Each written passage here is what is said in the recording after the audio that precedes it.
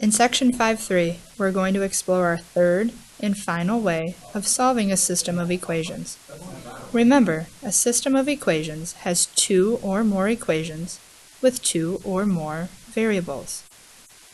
The third and final way is called elimination.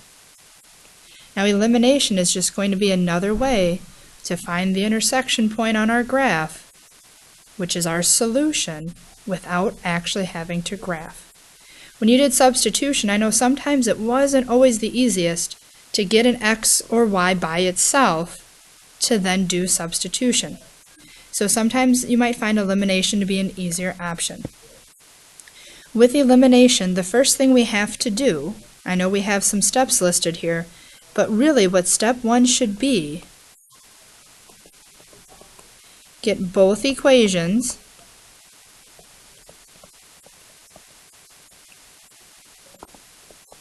into standard form. Or in other words, standard form, remember, ax plus by equals c. So we have, in other words, get x and y on the same side of the equal sign. So that really should be our first step. I know that on page 144 here, there are the steps listed out, and I do want to go through those with you so you don't have to rewrite them. They're already there for us. But really, step one should really be get both equations into standard form, which means x and y are on the same side of the equal sign. So we need those things to be lined up. Then it says to multiply, if necessary, one or both of the equations by a constant, so at least one pair of like terms has, and I'm going to cross out this part because we're going to go for our elimination, we want opposite coefficients. Opposite means opposite sign, so one's going to be positive, one's going to be negative, and coefficients, those are just the numbers in front of the variable. So opposite coefficients for our like terms would be something like 2x and negative 2x. You could have negative 3y and positive 3y. Those like terms would have opposite coefficients. Opposite just meaning one's positive and one's negative. After that, we're going to add. We're going to cross out the subtract piece. We're going to add the equations to eliminate one of the variables. If we add a 2x plus a negative 2x, we're going to get a 0. If we add a negative 3y plus a positive 3y, we're going to get a 0. If we get a 0, it's been eliminated. Solve what's left. And then, just like when we did substitution, once we have one of the variables, x or y, substitute into one of the other equations to get our other variable.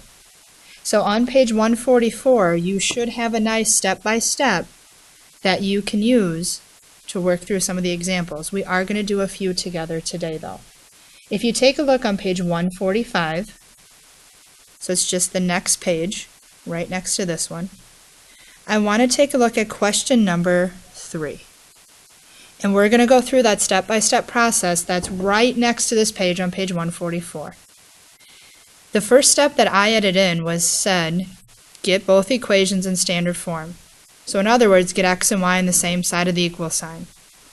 So as we look at number 3, we already have standard form for both equations. X and y are already both on that left side of the equal sign. Step number 1 says multiply if we need to, so we have a pair of opposite coefficients. If I take a look, I have 2x and negative 2x. I have opposite coefficients. I have them. I have opposite coefficients. Step number 2 says add the two equations. I'm going to switch colors here. Add the two equations. So when we have 2x plus negative 2x, that variable is eliminated. That's why this method's called elimination. Then I have 3y plus negative 1y is 2y. The equal sign still carries right down, just like we're solving any other equation. Then I have 10 plus negative 2 is 8. Divide both sides by 2, y equals 4. Now, just like when you did substitution, we have to also find the x. So you can pick either one of the original equations that you want. I'm going to pick the second one. I have negative 2x minus, instead of y, I put a 4. Add 4 to both sides. Negative 2x equals 2. Divide by negative 2, x equals negative 1. Now remember, this is essentially finding the intersection point of our two lines on a graph without having to graph.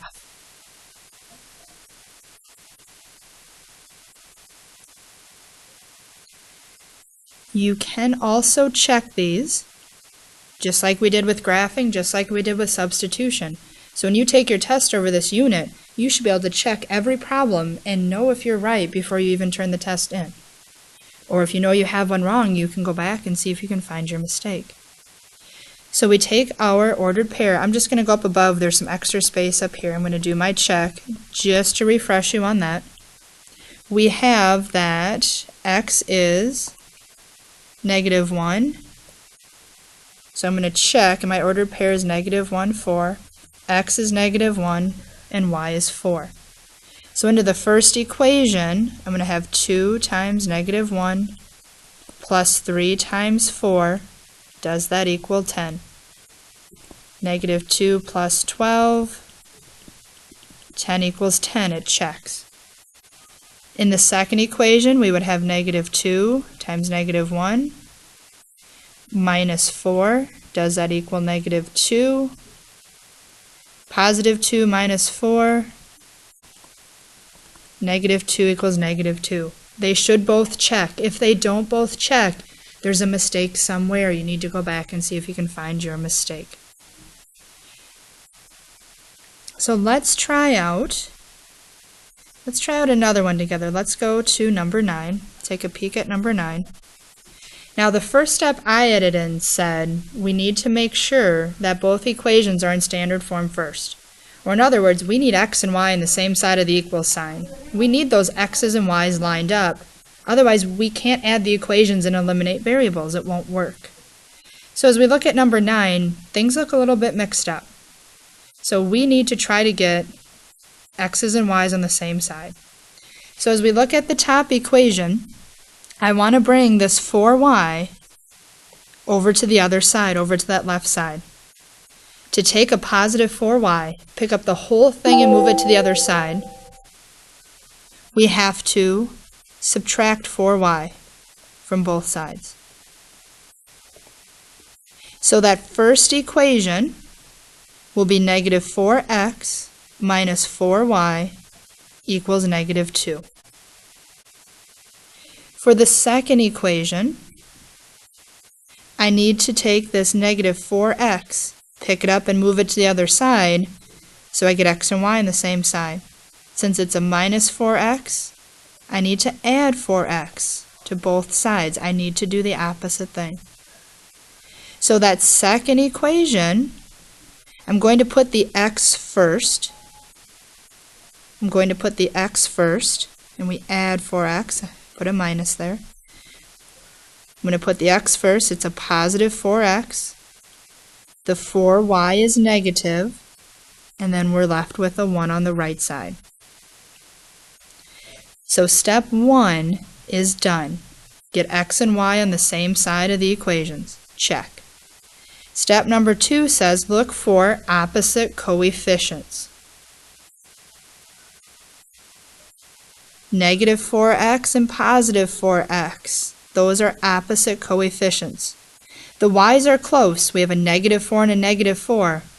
But if we add negative 4 and negative 4, we don't get the 0 that we need. So I have opposite coefficients. So our next step says we get to add. Negative 4x, positive 4x. X is eliminated. Negative 4y plus negative 4y is negative 8y. Negative 2 plus 1 is negative 1. To finish this off, we divide by negative 8. Now, the results of the y is one of the big reasons why I wanted to do this example. We had to get the equations in standard form, but now we're faced with a fraction for our answer. And if you want, if the decimal works out okay, this one is 0.125. You can keep the decimal if you'd like, as long as you don't end up rounding. Once we start rounding, our answers get all mixed up. So we cannot round, so you either need to leave it as 1/8 for 1/8, or the decimal of 0.125. It's going to be your choice. Now we have to substitute in to find the x. I'm just going to pick the top equation. This is just the top equation, the original. So in for y, I'm going to put 1/8. And you can use the decimal if you'd like, that's fine. So we have negative 4x equals negative 2 plus and 1/8 of 4. If you put in the calculator, that's fine, we get a half. Negative 4x equals negative 1.5. Divide by negative 4. So negative 1.5 divided by negative 4 would be x equals 3/8. Or if you're doing the decimal route, that's fine, it's 0.375. So our ordered pair, x is 3/8, or you can put the decimal, y is 1/8. So again, we're always looking for that ordered pair. This example points out two very important things for us in this elimination process. X and y have to be lined up on the same side of the equal sign, and we can get fraction or decimal answers. It doesn't mean you did something wrong. The last example I want to look at with you, if we go to the next page, page 146, I want to look at example 12. The first step of our process says, make sure our equations are in standard form, or that x and y are on the same side of the equal sign. We've got that, check. Then step number 2 says, make sure we have opposite coefficients. So far, the last two examples that we did, we had a nice pair. We had a positive 2x and negative 2x, a positive 4x and negative 4x. Now as I look at number 12, I don't have a pair of opposites. I don't. So we have to try to create some. If we take a look at the coefficients we have 9 and 3 for the x, and we have 4 and negative 10 on the y. So I need to find a number. I need to find a common multiple of those numbers. So if I take a look at 9 and 3, is there a number that 9 and 3 can both go into? Sure, they can both go into 9. 9 can go into 9 one time, 3 can go into 9 3 times. If I look at 10 and 4, 4 can't go into 10, 10 can't go into 4. They could both go into 20. They could both go into 40. So you could use any of those you'd like. I think the easier route is going to be to use the 9 and the 3. 9 and 3, 9 can go into 9 and 3 can go into 9. So I want to change both x's so that they're 9s.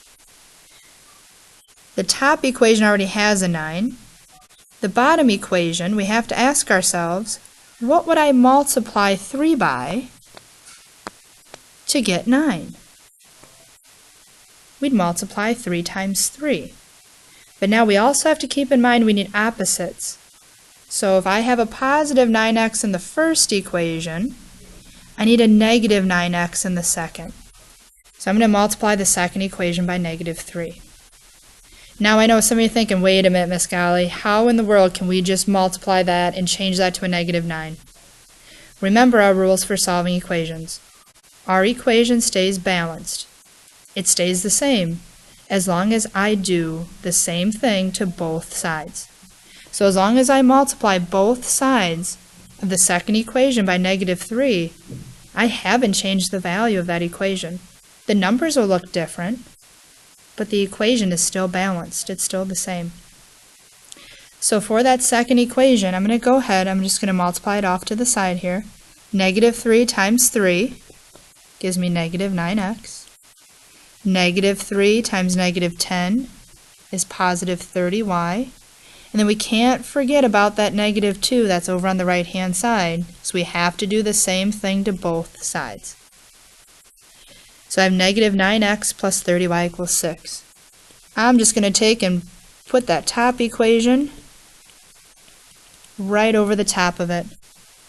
Now after doing just a little bit of multiplying, now I have what I need. I have a positive 9x and a negative 9x. Now I can add. The x's will eliminate. I have 34y equals 17. Divide by 34. And again, we're seeing another fraction one, and that's okay. It won't happen every time. When we did number 3 together, we had integers. We didn't have any decimals or fractions. In number 9, we saw some decimals or fractions either way. And now in number 12, we're seeing some fractions. So I don't want you to think if you use elimination, it's always going to be a fraction. It's not. We didn't have fractions in number 3. So we have y equals a half. Now my job is I need to find my x. I'm just going to grab the top equation.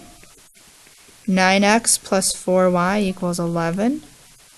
Substitute y in for y. 9x plus 4 times 1/2.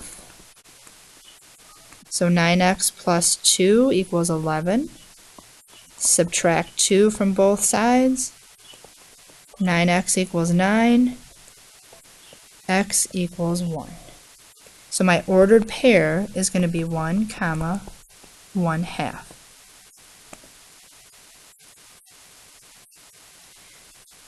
So again, the steps for elimination. Make sure you have both equations in standard form. X and y need to be on the same side of the equal sign, and they need to be lined up. Then check for opposite coefficients. If you don't have opposite coefficients, you might have to multiply like we did in number 12 to create a pair of opposite coefficients. And it's okay to multiply an equation by a number as long as you multiply both sides by that value. The equation will stay balanced. Once you have your opposite coefficients, add your equations. That will eliminate one of your variables. Solve for your other variable. Then substitute into an equation to find the other one. So at this time, go ahead, try out your progress check. Please let me know what I can help you with on that check. Remember, I don't expect that after this video and doing the 3 examples on this, that you're going to have this perfect. Ask me whatever you need on the progress check, and as you continue into your assignment as well.